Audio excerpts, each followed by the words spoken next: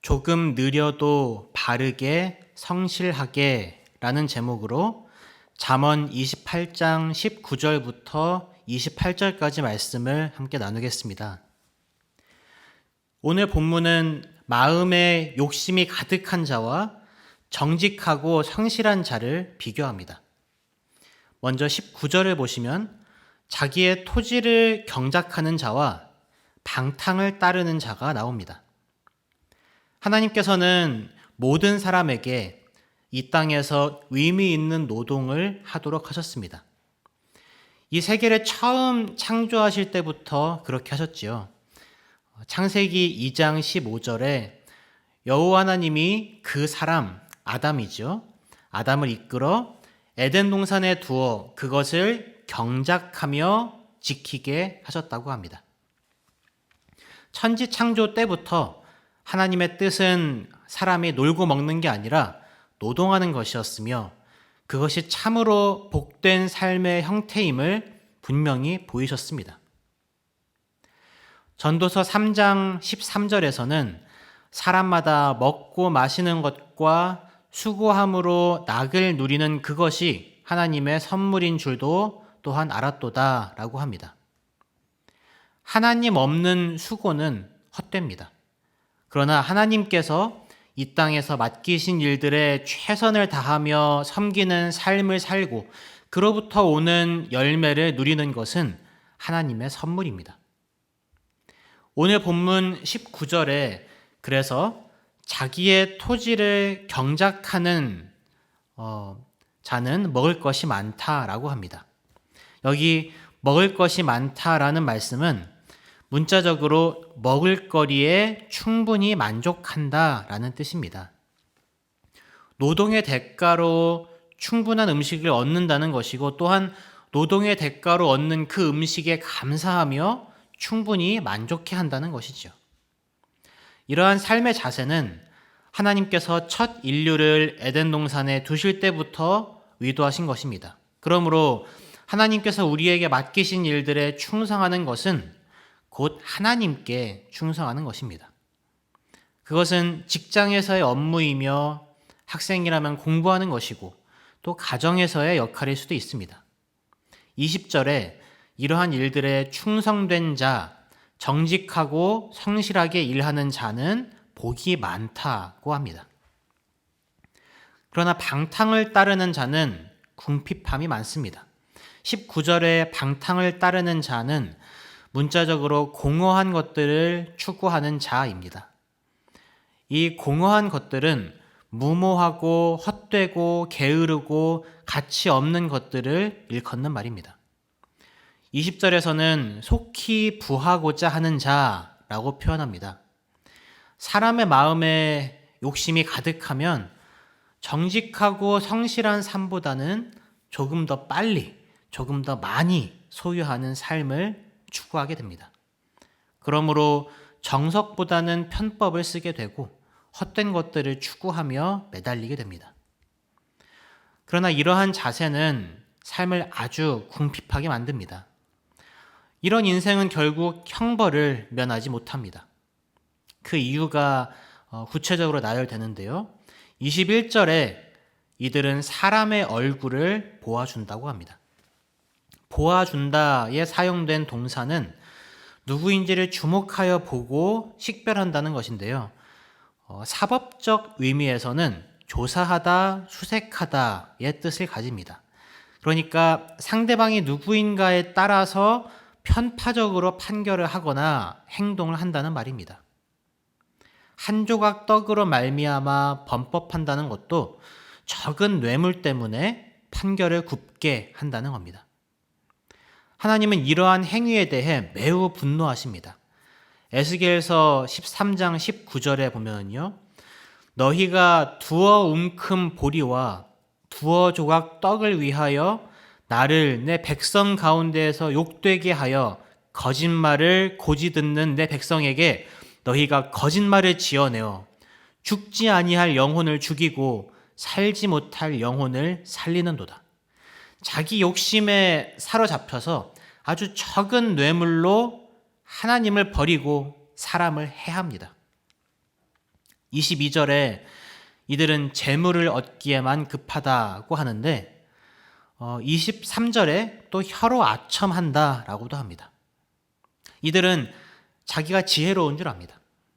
25절에서는 욕심을 많이 부리고 27절에 가난한 자를 못 본 채 하면서 자기 소유를 지키고 또 24절에서는 심지어 부모의 물건을 도둑질하고서는 그게 죄가 아니라고 우기기도 합니다.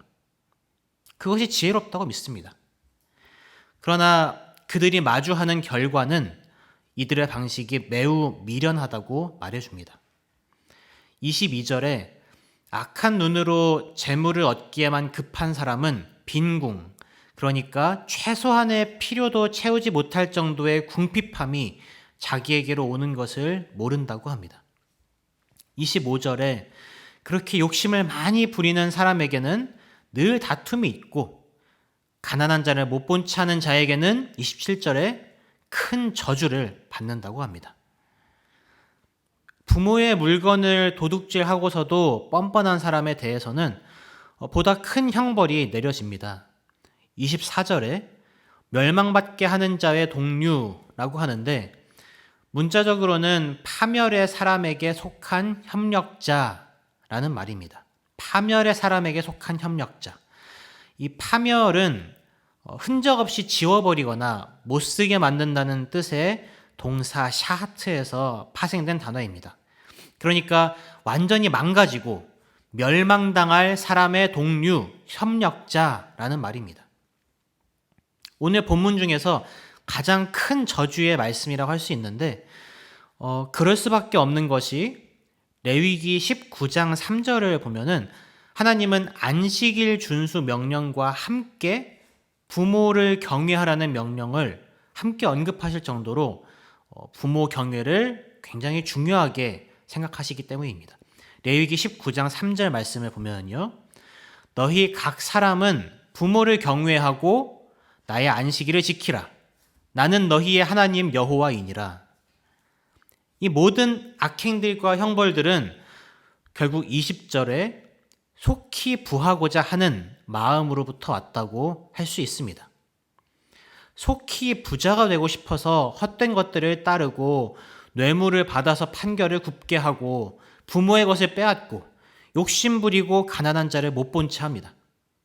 그리고 이러한 악행들을 행하는 자는 20절 하반절에 형벌을 면하지 못할 것이라고 경고하십니다. 그러면 이 마음, 속히 부자가 되고 편하게 살고자 하는 그 마음은 어디에서 오는 것일까요? 26절을 함께 읽어보겠습니다. 26절 시작. 자기의 마음을 믿는 자는 미련한 자요 지혜롭게 행하는 자는 구원을 얻을 자니라. 자기의 마음을 믿는 겁니다. 자기 기준이 바로 자기의 마음인 거죠. 하나님의 뜻과는 전혀 상관없이 살면서 스스로 지혜롭다고 믿지만 그는 미련한 자입니다. 진짜 지혜는 잠언에서 계속 우리가 배운 것처럼 하나님을 경외하는 것이고 하나님의 말씀을 기준으로 살아가는 것입니다. 잠언 3장 5절에 너는 마음을 다하여 여호와를 신뢰하고 내 명철을 의지하지 말라라고 했습니다. 자기가 아니라 하나님을 신뢰하는 삶을 사는 겁니다. 26절은 그러므로 누구를 믿는가의 문제로 끌고 갑니다. 자기의 마음을 믿는가 아니면 하나님을 믿는가? 자기 자신이 기준인가 아니면 하나님이 기준인가? 여기에서 미련한 자와 미련한 길을 피하여 안전한 자가 나뉘게 됩니다. 지혜로운 사람은 세상의 기준으로 보면 좀 답답해 보일 수 있습니다. 손해보는 것 같을 수 있습니다. 그러나 그는 조금 느려도 하나님의 뜻대로 바르게 성실하게 매일의 삶을 살아갑니다. 여러 마음들이 들고 주변에서 여러 소리들이 들려오지만 만물보다 거짓되고 심히 부패한 것은 마음이라 라는 예레미야서 17장 9절 말씀을 떠올리며 나의 마음이 아니라 하나님의 마음에 합한 삶을 살고자 노력합니다. 그래서 그는 하나님께서 맡겨주신 일들에 최선을 다합니다. 그리스도의 몸된 교회에서 맡겨주신 사역들에도 최선을 다하고 하나님께서 사랑하시는 영혼을 위해 기도하며 섬깁니다. 때로는 바른 말을 하다가 눈총받기도 합니다. 23절에 사람을 경책하는 자가 아첨하는 자보다 더욱 사랑을 받는다고 합니다. 그런데 나중에 더욱 사랑받는다고 하죠. 당장은 눈총받습니다. 그런데 그래도 하나님의 뜻에 합한 바른 말을 하고 권면하는 겁니다.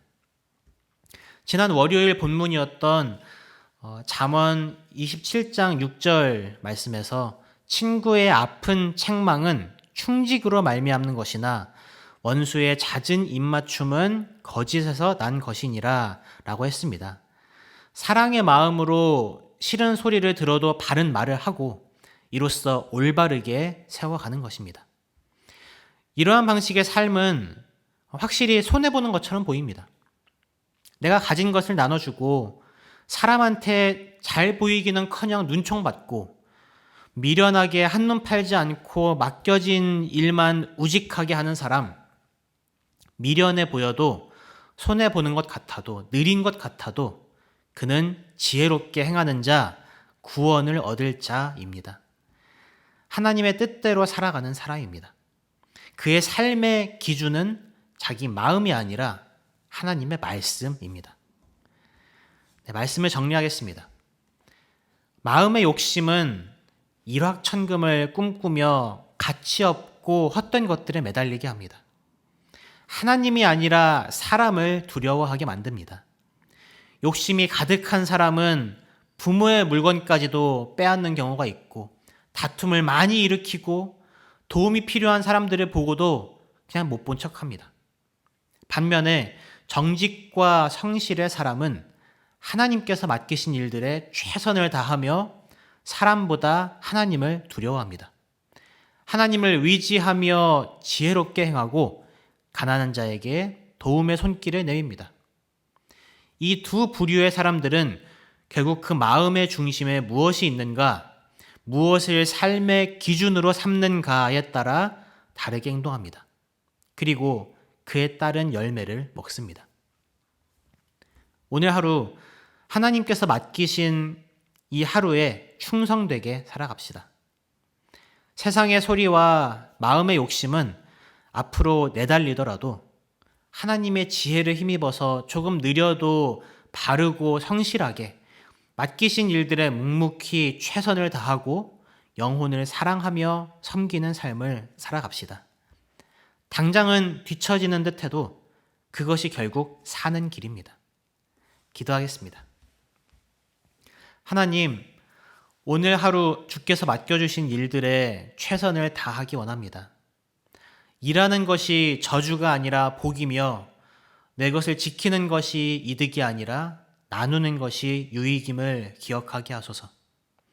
눈앞에 작은 소유에 일희일비하지 않고 영원의 관점에서 하나님 나라의 기준으로 오늘을 충성되게 살아가게 하소서.